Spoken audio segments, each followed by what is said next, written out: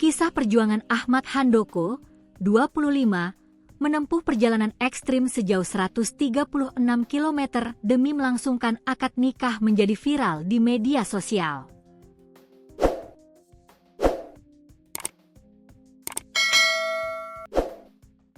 Pemuda asal Aceh Tengah itu rela berjalan kaki dari Takengon menuju Lhokseukkon, Aceh Utara, setelah akses jalan terputus akibat longsor dan banjir bandang yang melanda sejumlah wilayah. Kamis, 18 Desember 2025.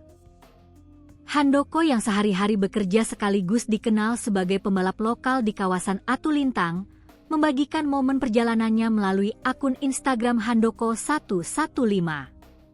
Dalam unggahan tersebut, terlihat Handoko menyusuri jalur berlumpur, berbatu, hingga melewati titik-titik longsor bersama beberapa pelintas lain demi bisa bertemu calon istrinya, Ulia, 21.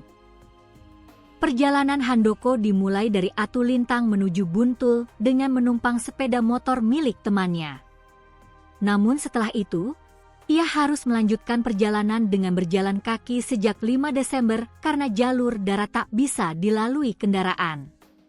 Tantangan terberat, menurut Handoko, adalah melewati sekitar 7 km jalan yang terputus total akibat longsor.